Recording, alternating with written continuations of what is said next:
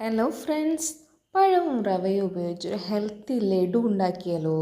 Pan ചൂടായി വരുമ്പോൾ അതിലോട്ട് വെളിച്ചെണ്ണയോ നെയ്യോ ഒഴിച്ച് ഒരു നേന്ത്രപ്പഴം ചെറുതായിട്ട് മുറിച്ചെടുത്തത് ചേർക്കാം. വെന്ത് വരുന്നതിനനുസരിച്ച് നന്നായി ഉടച്ചെടുക്കാം.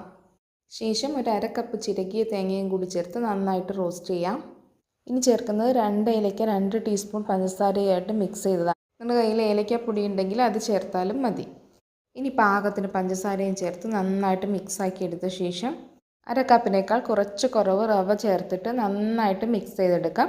റവ ഇതിൽ കിടന്ന് തന്നെ നന്നായിട്ട് വെന്ത് കിട്ടിക്കോളും. ഒന്ന് സ്മൂത്തായിട്ട് കിട്ടാനായിട്ട് പാലോ വെള്ളമോ കുറച്ച് മാത്രം ചേർത്ത് കൊടുക്കാവുന്നതാണ്. നന്നായിട്ട് ഡ്രൈ ആയിട്ട് വരുമ്പോഴേക്കും കളറിന് അല്പം മാത്രം മഞ്ഞൾപ്പൊടി കൂടി ചേർത്തിട്ട് ഒന്ന് ചൂടാറിയ ശേഷം ലഡുവിൻ്റെ ഷേപ്പിൽ ഇഷ്ടമുള്ള നട്ട്സും കൂടി ചേർത്തിട്ട് ഉരുട്ടിയെടുക്കാം.